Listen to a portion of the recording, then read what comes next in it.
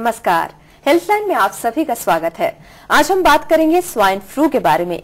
चंडीगढ़, पंजाब और हरियाणा में आए दिन स्वाइन फ्लू के मामले सामने आ रहे हैं। स्वाइन फ्लू से कुछ लोगों की मौत भी हुई है। स्वाइन फ्लू का नाम सुनकर लोगों में खौफ सा बन जाता है, लेकिन आपको डरने की जरूरत नहीं है, बल्कि हमें इस समस्या को जानने और इसकी गंभीरता को समझने और इस दौरान बरती जाने वाली सावधानियों के बारे में जानना जरूरी है, क्योंकि स्वाइन फ्लू एक दूसरे से फैलता है।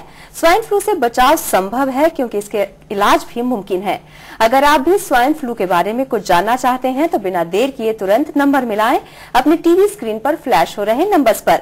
ये नंबर्स हैं 01725043863, 01725043865। स्वाइन फ्लू के बारे में जानकारी देने के लिए आज हमारे साथ स्टूडियो में मौजूद हैं पीजीआई चंडीगढ़ से इंटरनल मेडिसिन डिपार्टमेंट के एडिशनल प्रोफेसर डॉक्टर आशीष भल्ला। डॉक्टर भल्ला, हमारे स्टूडियो में आपका स्वागत है।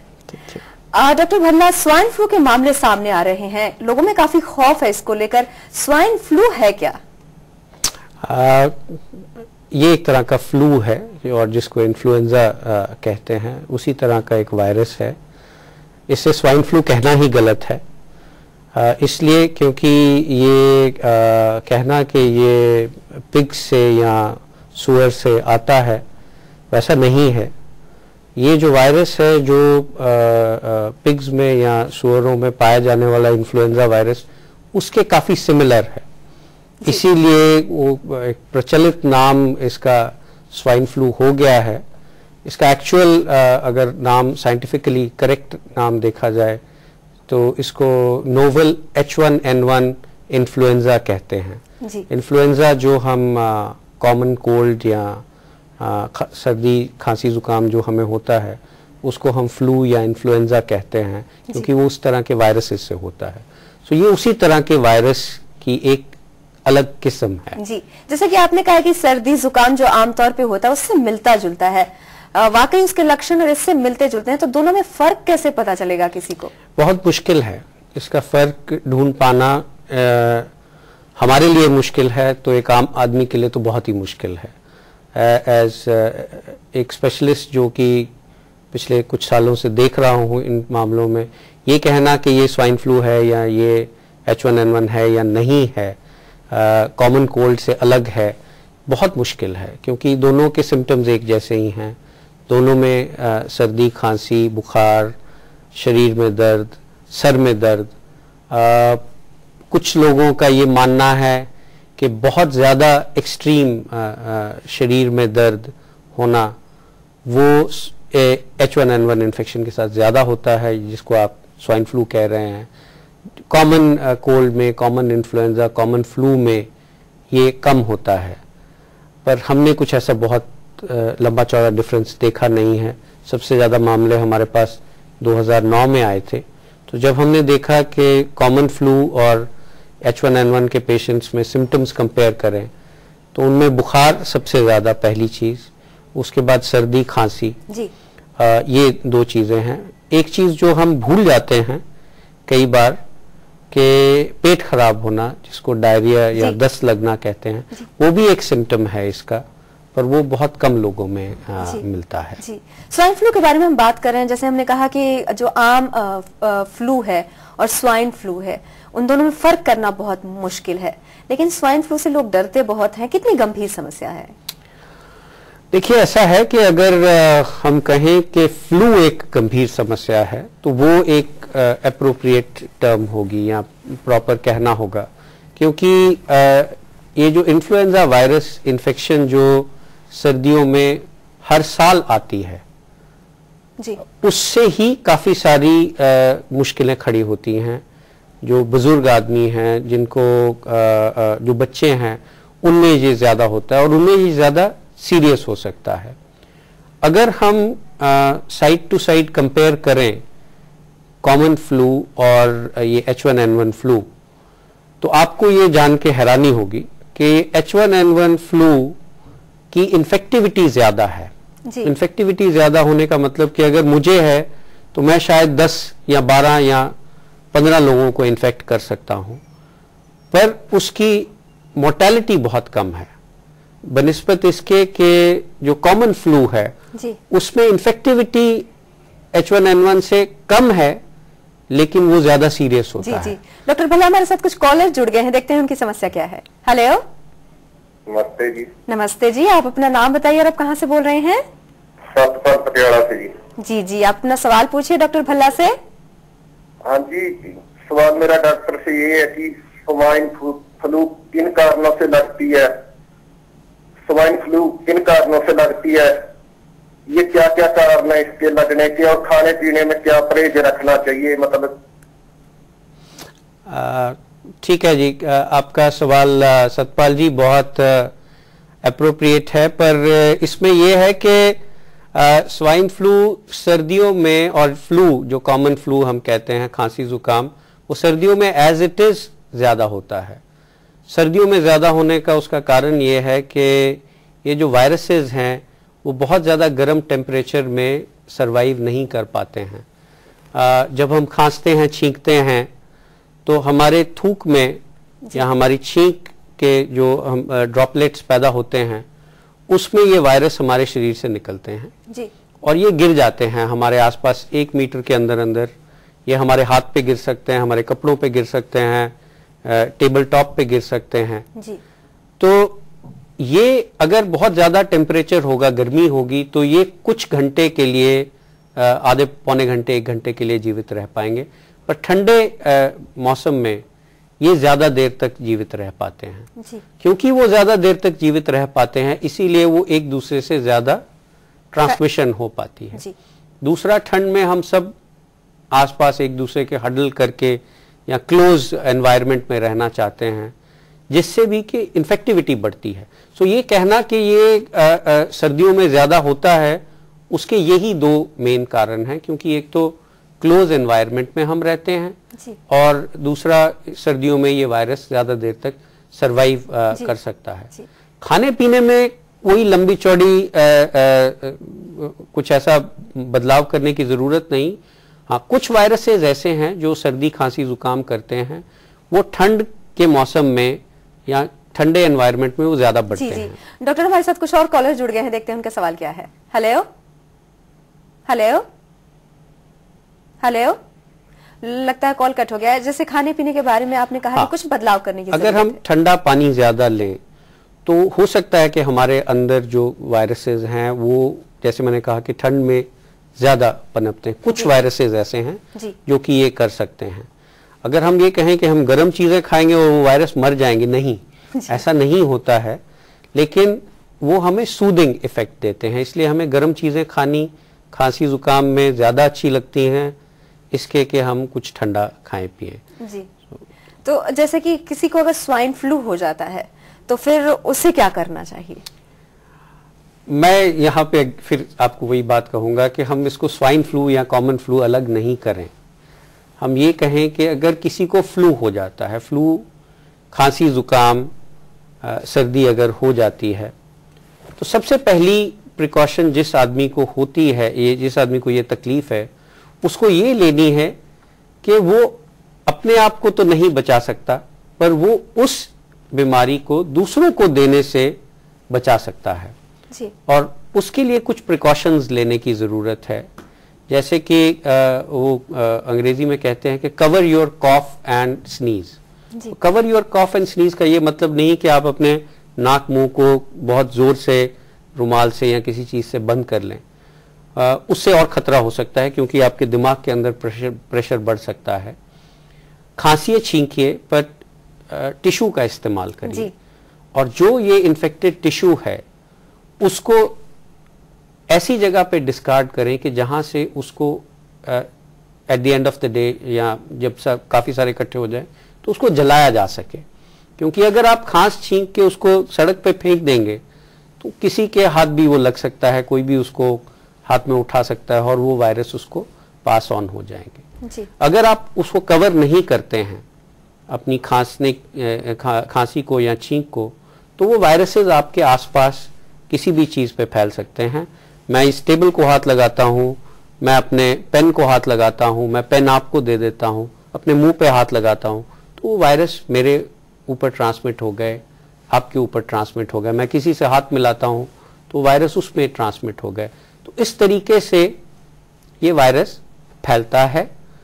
इस चीज को प्रिवेंट करने के लिए एक ही चीज है कि आप अपनी खांसी और छींक को टिश्यू से कवर करें। टिश्यू अगर लोग कहते हैं कि डिस्पोजेबल टिश्यू थोड़े से कॉस्टली हैं, हम हैंकरचीफ यूज कर सकते हैं, आप जरूर कर सकते हैं, पर एक आदमी एक हैंकरचीफ यूज करें और उसको पूरा दिन इस्तेमाल करने के बाद अपने कपड़ों से रूटीन जो बाकी घर के कपड़े जहां धुलते हैं उससे अलग गर्म पानी डिटर्जेंट में धो दीजिए तो वायरस मर जाएगा। जी जी डॉक्टर, जैसे कि आपने कहा है कि इसे स्वाइन फ्लू ना कहें, फ्लू ही कहें, फ्लू किन लोगों को हो सकता है? जैसे आमतौर पर लोग स्वाइन फ्लू की हम बात कर रहे हैं, तो किन्हें किन्हें हो सकता है और कौन से ऐसे लोग हैं जिन्हें होने के बाद गंभीर समस्या भी हो सकती है? देखिए, इसमें थोड़ी सी कंट्रोवर्सी है कि फ्लू किसी को भी हो सकता है। आपको हो सकता है, मुझे हो सकता है, मेरे बच्चों को हो सकता है, मेरे घर वालों को हो सकता है, लेकिन ये हर एक किसी में सीरियस नहीं होता जी। ये सीरियस उनमें हो सकता है जिनमें इस बीमारी से लड़ने की क्षमता कम है जी। और ऐसे दो किस्म के लोग सबसे ज्यादा होते हैं, एक बच्चे जी। और एक बूढ़े। बूढ़े कहने का मतलब बुजुर्ग अगर हम उनको कहें।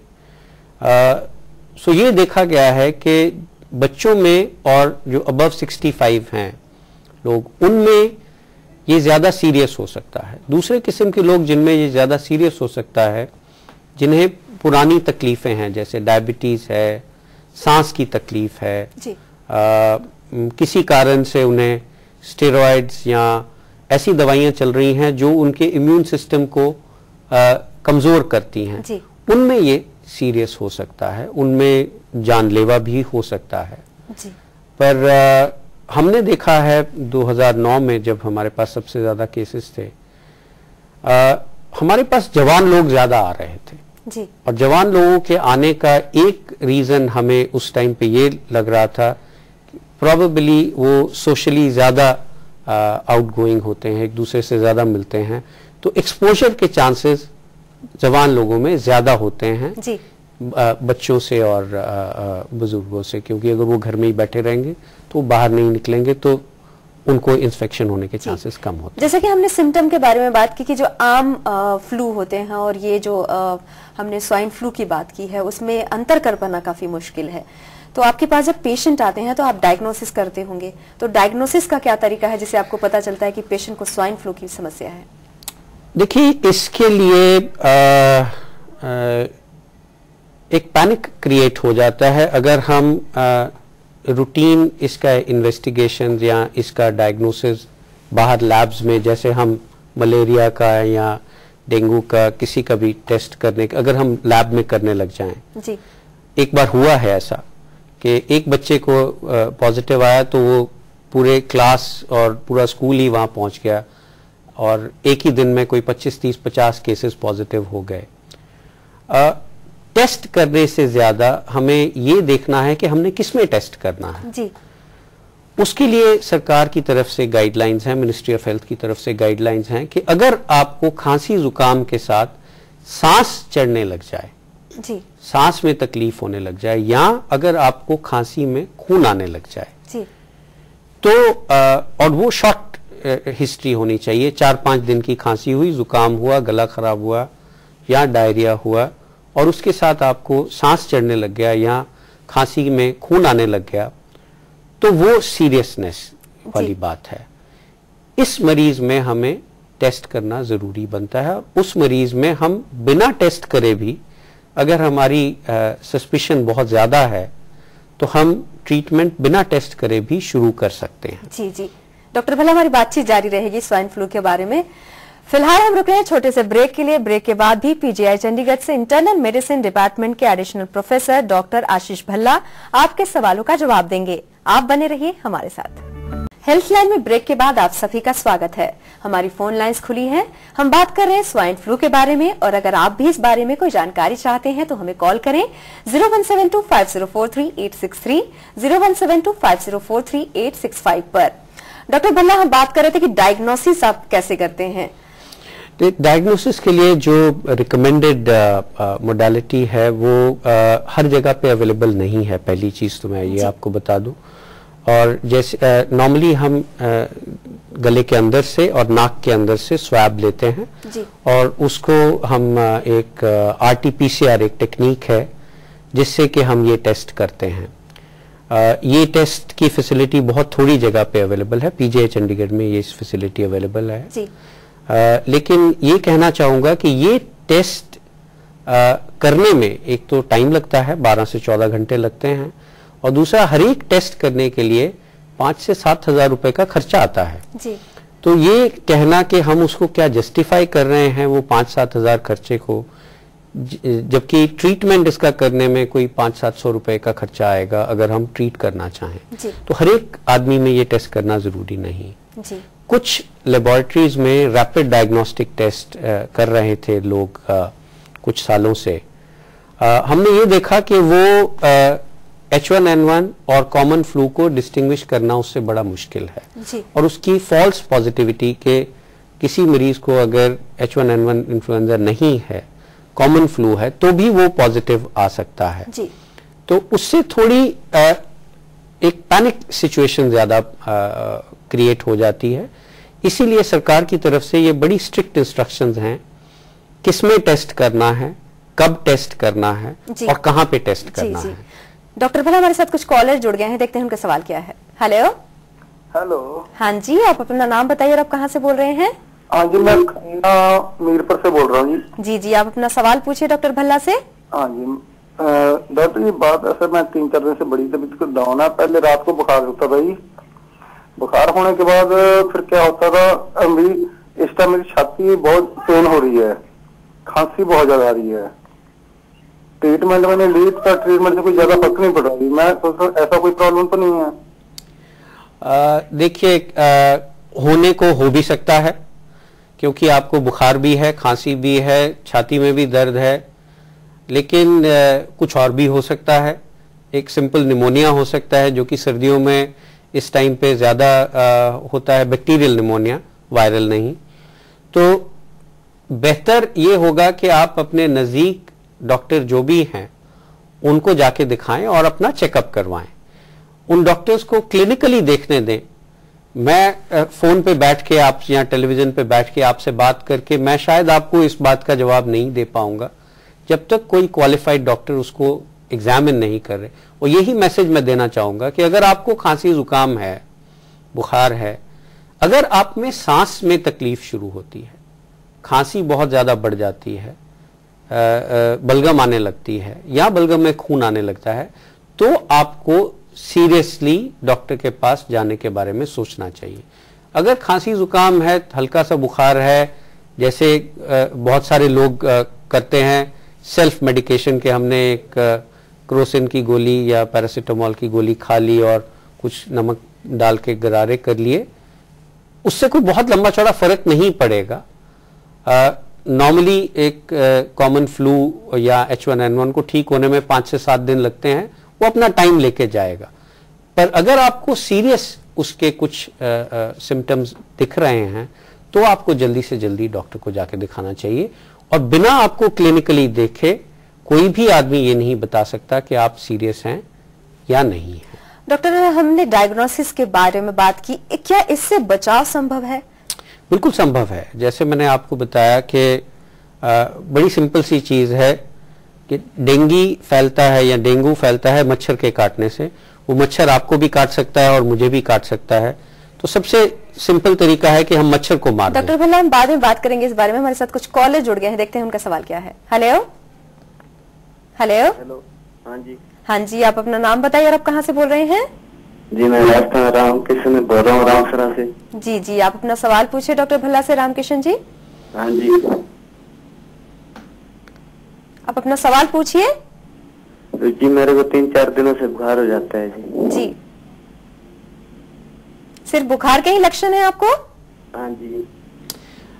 देखिए, अगर आपको सिर्फ 3-4 दिन से बुखार है और इसके साथ में कोई और तकलीफ नहीं है तो हो सकता है ये कॉमन फ्लू हो, कॉमन सर्दी जुकाम हो सकता है ये किसी और तरीके का वायरल हो सकता है ये किसी और तरीके की इन्फेक्शन हो। जैसे मैंने पहले भी कहा, पहले कॉलर को भी कहा कि जब तक आपको क्लिनिकली नहीं देख लेंगे, ये कहना कि 3 दिन का बुखार है, क्या कारण है,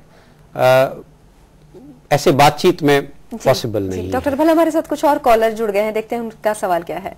हेलो हेलो हेलो। हाँ जी, आप अपना नाम बताइए और आप कहाँ से बोल रही हैं? हाँ जी मैम, मैं सोनल बोल रही हूँ बठिंडा से, पंजाब से। जी जी सोनल, आप अपना सवाल पूछिए। हाँ जी मैम, मुझे डॉक्टर साहब से पूछना है कि मुझे कई दिनों से ना गला खराब है जी, और खांसी नहीं है बिल्कुल भी, और बुखार भी नहीं है, और जुकाम भी मुझे ना। मैडम मैं आपको रियलिटी बताऊं भी, प्लीज ये बात क्लियर तो मत करना, मतलब मत करना, मैं HIV पेशेंट हूँ। तो डॉक्टर साहब से मैं बात करना चाहूंगी, मेरे PGI से इलाज भी चल रहा है, मैं HIV पेशेंट हूँ। तो सर मुझे इसमें आपसे जानकारी चाहिए भी, मेरा गला कई बार खराब हो जाता है, हमेशा तो नहीं होता लेकिन 6-7 महीने बाद गला खराब हो जाता है, और कोई बुखार नहीं है सर मेरे को, और कोई दिक्कत नहीं है, और सिर्फ सिर में दर्द काफी रहता है मेरे। देखिए, आपके जो सिम्टम्स हैं वो किसी भी इन्फेक्शन के कारण हो सकते हैं, और जैसे मैंने बताया कि इंडिविजुअली हर एक मरीज को ये कहना कि आपको ये है या नहीं है मुश्किल है। आपकी बीमारी ऐसी है कि उसमें अगर बुखार नहीं होता तो भी सीरियस बात है। तो मेरे हिसाब से आपको अगर PGI से इलाज चल रहा है तो PGI में आके डॉक्टर साहब को, जहां से आपका इलाज चल रहा है, उनको दिखाएं एक बार, क्योंकि आपके गले के अंदर किसी भी किस्म की इन्फेक्शन हो सकती है। वो जरूरी नहीं कि वो ये स्वाइन फ्लू हो, किसी भी किस्म की हो सकती है, और उसको इलाज से प्रॉपर ढंग से ट्रीट किया जा सकता है। डॉक्टर एक और कॉलर है, देखते हैं उनका सवाल क्या है। Hello hello hello. हाँ जी, आप अपना नाम बताइए और आप कहाँ से बोल रहे हैं? हेलो हेलो, लगता है कॉल कट हो गया।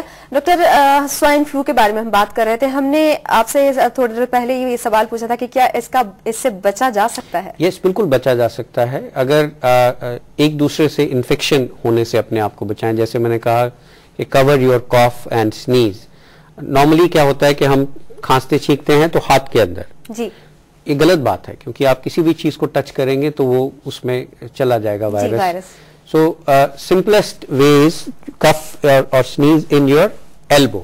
That is what they say. ये कहा जाता है। ये हिस्सा शरीर का किसी और के कांटेक्ट में आना बहुत कम चांसेस है। हाँ, पर ये नहीं कि अगर आपने खांसते छींकते हैं स्लीव ऑफ योर और एल्बो, तो आपको वो कपड़ा धोना पड़ेगा। जी जी। अगर आप उसको ऐसे ही जाके टांग देंगे तो वो किसी को भी इन्फेक्शन दे सकता है। दूसरा तरीका है वैक्सीनेशन का, और वो वैक्सीनेशन करना होता है फ्लू सीजन शुरू होने से पहले। फ्लू सीजन शुरू होता है अक्टूबर, नवंबर, दिसंबर, और ये मार्च तक चलता है। तो वैक्सीनेशन अगर हम सितंबर, अक्टूबर में कर लें तो हम शायद इससे बच सकते हैं। जो हाई रिस्क लोग हैं, बुजुर्ग हैं, बच्चे हैं, या जिनको इन्फेक्शन ये HIV या डायबिटीज, इस तरह की तकलीफ, सांस की तकलीफ है, उनको ये वैक्सीनेशन लगवा लेना चाहिए, ताकि उनको फ्लू सीजन में ये तकलीफ ना हो। और ये अवेलेबल है, ये कुछ 600 रुपए के करीब ये वैक्सीनेशन अवेलेबल है और आसानी से लगाया जा सकता है। डॉक्टर, ट्रीटमेंट के बारे में बात करने से पहले एक सवाल ये भी है कि अभी जो मामले आ रहे हैं वो पंजाब से आ रहे हैं, हरियाणा से आ रहे हैं, चंडीगढ़ से आ रहे हैं, तो ये मामले इधर से ही क्यों आ रहे हैं? अगर आप वेबसाइट खोल के देखें मिनिस्ट्री ऑफ हेल्थ की, तो आपको पता चलेगा कि पिछले महीने में सबसे ज्यादा केसेस आए हैं बेंगलोर से, कर्नाटका से, और केरला से कुछ केसेस थे। कुछ महीने पहले मार्च अप्रैल के दौरान पूना से बहुत सारे केसेस। जैसे मैंने कहा कि अगर टेम्परेचर कम होगा, ह्यूमिडिटी होगी, तो ये वायरस वहां सरवाइव करेगा, और जहां पे भी ये होगा वहां पे ये केसेस आने लाजमी हैं, वो आएंगे। ये कहना कि यहाँ पे ज्यादा क्यों आ रहे हैं और वहां पे ज्यादा क्यों नहीं आ रहे हैं, इसका डायरेक्ट कनेक्शन टेम्परेचर के डिप होने से है। डॉक्टर, ट्रीटमेंट की बात करते हैं। कोई पेशेंट आपके पास आता है तो उसके ट्रीटमेंट किस तरह से किए जाते हैं, कितना लंबा इलाज चलता है और वो कितने दिन में क्योर हो जाता है? देखिए, ये कहना कि हर एक मरीज में हमें एंटीवायरल जो आप ड्रग्स दिखा रहे हैं, टेमीफ्लू या रिलेंजा, वो देने की जरूरत है, तो बिल्कुल गलत है। अगर देखा जाए जितनी भी स्टडीज हैं इन दोनों दवाइयों पे या जितनी भी एंटीवायरल दवाइयां हैं, उनसे ये निष्कर्ष निकला है कि अगर बिना इलाज करे ये बीमारी 7 दिन में खत्म होती है तो इलाज के साथ वो 24 घंटे पहले खत्म होगी, तो वो 6 दिन, ये 24 घंटे का फर्क होता है। बहुत सीवियर इन्फेक्शन अगर है, आपको सांस में तकलीफ है, वेंटिलेटर की जरूरत है, उसमें ये बहुत मामूली हद तक दवाई का असर है। ज्यादा असर सपोर्टिव ट्रीटमेंट का है, ज्यादा असर वेंटिलेशन का है, ज्यादा असर बाकी नर्सिंग केयर का है, बजाय इसके के दवाई का है जी। सो दवाई से असर होता है मामूली जी। हर एक मरीज में दवाई की जरूरत नहीं है। जैसे मैंने कहा कि कैटेगरीज हैं, category A, B, C. Category B में जो हाई रिस्क ग्रुप्स हैं, प्रेग्नेंट फीमेल्स, डायबिटिक्स, बुजुर्ग आदमी, उनमें हम बिना टेस्ट किए ये दवाई दे सकते हैं जी। और जो कैटेगरी सी जो बहुत सीरियस हैं, उनमें टेस्ट करके ये दवाई दे सकते हैं, पर इसका असर बहुत कम जी। डॉक्टर भल्ला, आप हमारे स्टूडियो में आए, स्वाइन फ्लू यानी कि H1N1 के बारे में बातचीत की, आपका बहुत बहुत धन्यवाद। Thank you. तो ये था स्वाइन फ्लू की समस्या पर आधारित आज का हमारा हेल्पलाइन कार्यक्रम। उम्मीद है कि आपने आज के इस कार्यक्रम को ध्यान से सुना और देखा होगा, और डॉक्टर भल्ला के द्वारा दिए गए सुझाव को ध्यान में रखकर अब आप अपनी सेहत और खान पान का खास ख्याल भी रखेंगे और समय समय पर डॉक्टर से चेकअप भी कराएंगे। तो कैसा लगा आज का हमारा हेल्पलाइन कार्यक्रम, हमें जरूर लिखें। हमसे संपर्क करने के लिए हमारा ईमेल ID नोट करें, healthline@daylightnews.com। फिलहाल हेल्पलाइन में बस इतना ही। नमस्कार।